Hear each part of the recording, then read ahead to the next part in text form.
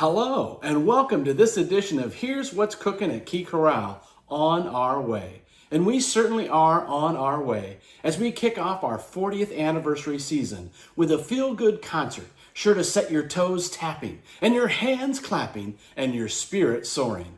This will be a celebration of gospel music with a little jazz too. Joining Key Chorale will be the incredible Stephen Leonard Group, made up of some of the most sought-after session musicians in the country. They combine with Jamal Sarikoki at the Hammond B3 and on vocals, along with soloist Amy Jo Connors and Kristen Luter. And unlike Yogi Berra, who, when questioned whether or not he was lost on the way to a baseball game, famously said, "Yeah, we're lost, but we're making great time," which is probably why he gave us this important advice. If you come to the fork in the road, take it. We don't need a map to keep this show on the road. Hey, Fozzie, I want you to turn left if you come to a fork in the road. Yes, sir. Turn left at the fork in the road. Permit. I don't believe that. We definitely don't need a map to keep this show on the road. This concert brings together great performers and celebrates the rich heritage of gospel music. While gospel music is certainly Christian-based, this music speaks to the struggles and the triumphs of the entire human condition, and the universality of all as we strive toward a greater place, no matter who or how you worship. This music connects with all of us. It touches us. It moves us. It's music not to be just heard, but felt. For this edition of Here's What's Cooking, I wanted to chat with my good friend, audience favorite, vocal phenom, and a true beast at the Hammond B3, Jamal Sarikoki, about this great genre of music.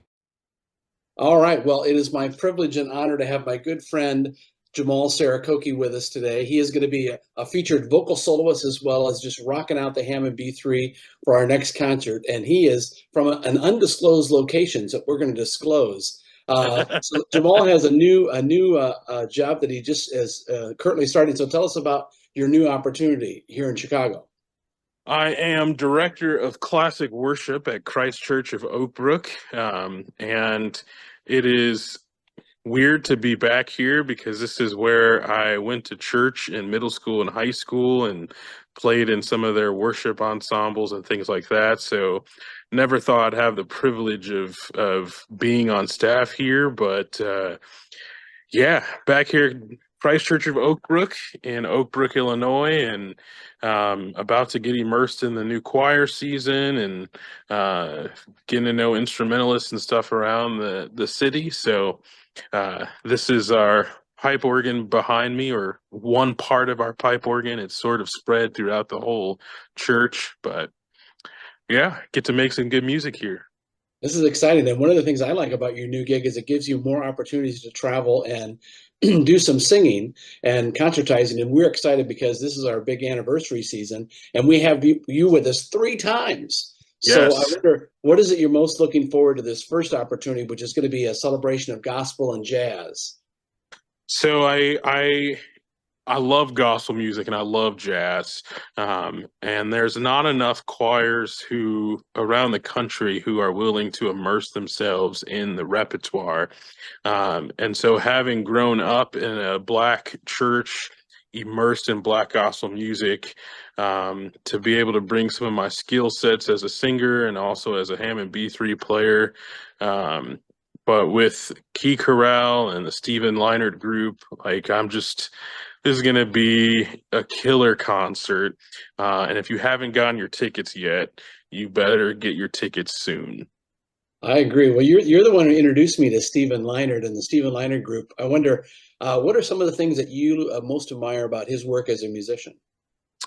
Stephen is by far one of the best jazz percussionists I've ever met.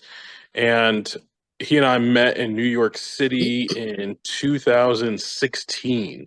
I was music director at Calvary Baptist Church, and we just got to know each other. So when I took on the job at Venice Pres in Florida, I brought him out all the time. But Stephen has such this unique sound. I've never seen an ensemble especially a jazz ensemble that is sort of surrounded surrounded by bass guitar or bass drums, piano, and vibraphone. And so it's such a unique sound. Everything that he does is sort of custom arranged for that group, but the group is so flexible that they can play anything you put in front of them. But Stephen's just an amazing, humble guy, but an extraordinary musician. No, this is the second time I've got third time I've had an opportunity to work with Stephen and his group, and we are really excited about the concert itself and the great music. And you know me, I love spirituals and gospel music, and you talked a little bit about it, but I wonder what role did this music play in your early musical upbringing? So, I studied violin starting at the age of 4 and was immersed in sort of secular classical music. But the tradition of Black gospel music was a part of my spiritual life growing up. I didn't even know that classical church music even existed. I assumed every church played Black gospel music, to be honest. But growing up, there was no sheet music, there was no notation. It was still in that sort of old school style of passing down melodies, musicians who had incredible ears, being able to play the B3 and the piano and the bass all by ear, and just create this humongous sound. Like if you listen to sort of old school Black gospel music, there's this jazz, blues, funk element to it, and gospel music has so evolved over the last century. There was a time where Black gospel music was just piano and choir and congregation, and as technology changed, as styles of music changed, the influences of guitar and blues and jazz and all sorts of these genres of music that were influenced by African American culture made their way into the church. And so what you hear in Black gospel music in the church now, today, is different than what I heard in the Black church 30 years ago when I was a kid. And that was different than what my parents heard and what my grandparents heard. And so the cool thing about this concert is it not only encapsulates just a small genre of the Black spiritual expression, but it actually encapsulates about 100 years of the Black spiritual expression. And so that's the cool thing about this concert, and that's the cool thing for me, being able to come and just be immersed in all of these elements of music that have influenced the Black church culture for well over a century. I wonder, and we have a wide range of people from different faith backgrounds, different musical backgrounds that love it. And I wonder, from your perspective, what is it that's so captivating about this music? I would say gospel music at its core, the invention of Black gospel music, was always centered around the theme of the gospel of Jesus Christ. So there's that element of it. But I think the reason why it speaks so freely to all sorts of cultures is the message is super simple. When you think of like a hymn, you think of, oh, this hymn has 4, 6, 7 different verses and choruses. But a lot of times with Black gospel music and spirituals, there's a simple message. And the song can be 52 minutes long, but there's this simple message that it might only have 10 or 12 words in the whole song, but the composer finds different ways of expressing that same message. But there's also just a visceral emotion that comes from, I think, the Black gospel and Black spiritual tradition, where when it's done right, it doesn't even matter what the words are. You just feel the message from how it's delivered and how it's performed. I mean, you can sing a great spiritual that's composed well and it does nothing to you. But when you find people that perform it in the intensity of how it was written, it brings on a whole new spiritual dimension, whether you are Christian, Buddhist, Muslim, whatever you are. Because at the core of it, it actually speaks to the struggles that we all have. And it's gospel music, spirituals are just, it's some of the most emotive and emotionally dramatic music, but simple. You have a unique position because you've really introduced this particular style to different choirs from many different backgrounds. And I wonder, what are some of the things that are often missed that goes into an authentic performance of this style of music? I think sometimes I've heard a lot of my sort of white choral conducting friends who are just like, oh no, I would never do that music with my choirs or anything like that because it doesn't feel right. And it's just like, no, it is right. Like this, if you look nationally across the board of major orchestras in America, probably since COVID, they have been doing the Florence Price pieces. They've been doing the Margaret Bonds pieces.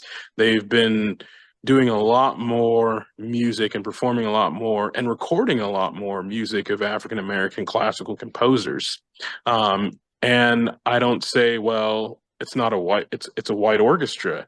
There's not a ton of black people, so I don't want to hear them perform it. It's like, no, I want to hear all sorts of choirs perform this music. It's important to keep this music alive. And so I think for me, one of the things that I do with my choirs when we do this music is we're careful with the text. There are some ways in which you sing the text or speak the text. You don't want to come off with cultural appropriation. But at the same time, you want to be respectful of the music. And so with gospel music, with my church choirs, the first thing that I often will do is I'll hire a bass player to come to a rehearsal just so that they can sort of feel the groove of the music. And what's great for me is I generally, when I hire choir accompanists, I'll try to hire someone who really knows how to play across genre, and that helps a lot. But I work on rhythms with my choir, not just the rhythms that are written, but feeling actually the pulse. And so I try to teach gospel music to my choirs in a framework versus just pounding notes and rhythms constantly. Because then they don't get the true feeling and expression of it. The next thing I do is teach my choirs to clap on beats 2 and 4 when we're doing gospel music. Not Friends 1 don't and let 3. their friends clap on 1 and 3. That's right. And then I try to get them to memorize as much as they can. The nice thing about so much of the gospel music that we do, and some of what you'll hear on the concert, is it's repetitive. And so it allows you to do this. The first time you sing this chorus, it's forte, and the second time you sing this chorus, it's mezzo forte. It actually allows you to sort of be a jazz performer and improvise. And so with gospel music, if I could get my choirs to memorize as much of it as possible, it frees them up to sort of be jazz musicians and improvise a little bit. The last time I did Let Everything That Hath Breath. I actually started going back and forth between the sopranos and then letting the guitar take a solo and the altos and then letting the bass take a solo. And so the choir knew the piece and was out of the music so much that they were able to watch me, and we were starting to able to have fun with the piece. And then the congregation was up clapping, much to the chagrin of my pastor, because the piece was only supposed to be 4 minutes and wound up being 10. But See, that's authentic. it's authentic, and it was a freeing experience for everybody in the choir and the band, but also in the congregation, that we weren't just doing it like this, but there is this great freedom. And so that's the thing I try to stress a lot with my choirs, is this music is freeing. There's flexibility for it. So and having a great band also helps the choirs who don't do this repertoire a lot to feel what a groove is. I know you're going to be singing as a soloist in this performance, but you're also going to be rocking out on the Hammond B3 Oh yeah. organ, and I wonder, this instrument has really almost become synonymous with a gospel band. Tell us about this instrument and what it brings to the party. Yeah, it's funny. When I've played B3 in predominantly white churches and some that have older congregants, they'll come to me and say, "Oh, this reminds me of the skating rink when I was a kid," and so it's got that connotation. But it's interesting that the B3, in contemporary Christian music, I'll use that as an example. You'll have keyboards up there, and they're referred to as like pads. And so they're sort of chording it out and playing pads or synthesizing. And a lot of early Black gospel music, when the B3 first started getting influenced and brought into the Black church, it was sort of, let me say this. In the Black church, especially in a lot of large Black churches during the Civil Rights movement and before, the pipe organ actually was a big thing in a lot of big Black Baptist churches across America. And you'll even notice that if you take a look at like Abyssinian Baptist Church in Harlem. They do a lot of Black gospel music and a lot of spirituals, but they've got this massive pipe organ. And so when I look at a lot of Black church music during that time and the influence of the B3, it sort of acted in that way. And as the B3 became a much more popular instrument in jazz and in funk, those elements of rhythm on the B3 started influencing Black church music. And so now you go to a lot of Black churches across America today, piano isn't really used that much. In fact, B3 is the primary instrument of their worship. B3 in that genre of music, man, just makes, I don't even know how to describe it. It just gives you this internal feeling of like, of goosebumps. It makes the music sound right. We listened to a lot of pieces. We kind of did a little bit of programming over the summer and sharing back and forth. And I have to say, I'm certain I listened to about 200 pieces before we came up with a 15 or 20 we're doing. And I just wonder, when you're looking for something in this genre, what are you looking for, and when do you know that moment when you go, that's the one? Hard to describe. Joshua Fit the Battle of Jericho is one of my favorite spirituals. And, one of the things that in Moses Hogan's arrangement of it is you get this true sense of text painting. I think with a lot of spirituals that are good, and a lot of gospel music that is good, the composer, if they're doing it as authentically as possible, they put more emphasis on choral writing than they do the accompaniment. Because so much of historic Black gospel music was centered around the human voice and a lot of a cappella singing. And so Joseph Joubert, who's a pianist and composer and arranger out of New York, he's arranged a lot of gospel music and a lot of spirituals true to what the original composers or true to what the original style is. And so much of his music is focused a lot less on the accompaniment, and he really hones in on the choral sound and the choral percussiveness and the text painting through the choral lines. And the nice thing about that is it then allows for the band to sort of bring their influence into it versus having charts that are so through composed, you've now lost the vocal choral sound of gospel music. You introduced me to Joseph Joubert this summer, and we're doing two of his pieces. We're doing this one called Freedom's Plow, which is very virtuosic for the choir. And then maybe the opposite of that, How Excellent Is Thy Name, which is a closer. And you sent me that, and that was the quickest yes I've ever given in my life. Because it's got a great groove. It's got an incredible build.